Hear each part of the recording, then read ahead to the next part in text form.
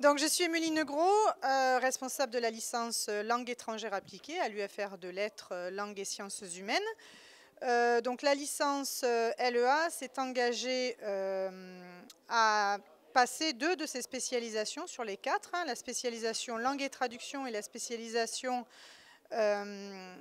tourisme, métier de la mer, en approche par compétences. Avec le LabSet, là, ce matin, on a eu un petit débriefing sur qu'est-ce qu'une compétence, qu'est-ce qu'une situation d'apprentissage, comment on évalue ce qu'un étudiant a acquis et comment l'étudiant peut au mieux s'insérer professionnellement avec ces compétences qu'il aura acquises.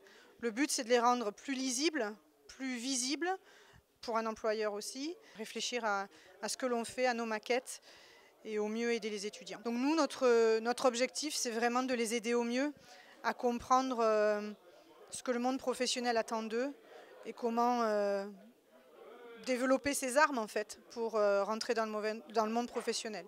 Donc c'est les aider au mieux à s'insérer professionnellement et comprendre surtout ce qu'ils ont appris dans leurs 3 ans de licence. La réflexion qui s'amorce, c'est pas juste réfléchir à des situations d'apprentissage, peut-être quitter la salle de classe, aller sur le terrain, mais il y a aussi d'autres manières d'imaginer par des MOOC, par des tutoriels vidéo.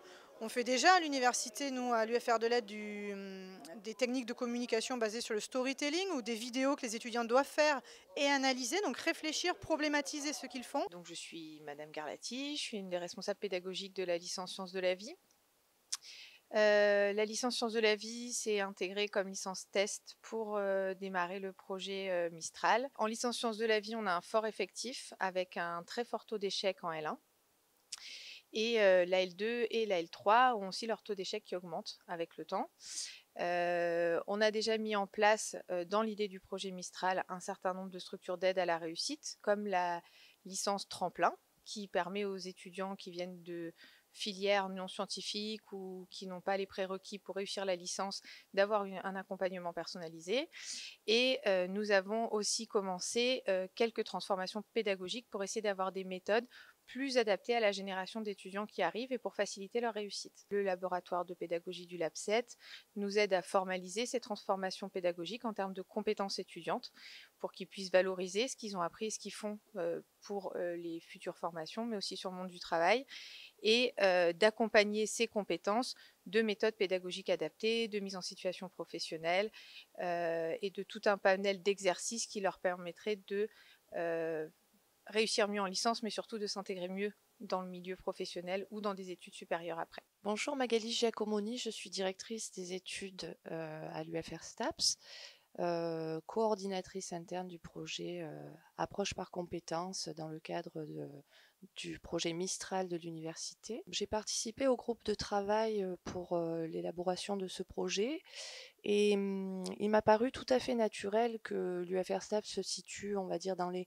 UFR un petit peu pilotes de l'approche par compétences, parce que nous sommes déjà dans nos pratiques enseignantes, dans nos pratiques pédagogiques, investis de manière à favoriser justement l'acquisition de compétences métiers. Pour l'instant, nous sommes dans l'élaboration évidemment de notre référentiel de compétences. C'est un travail de longue haleine. Nous sommes épaulés par le LabSet de Liège à raison de communication régulière et puis de réunions en présentiel.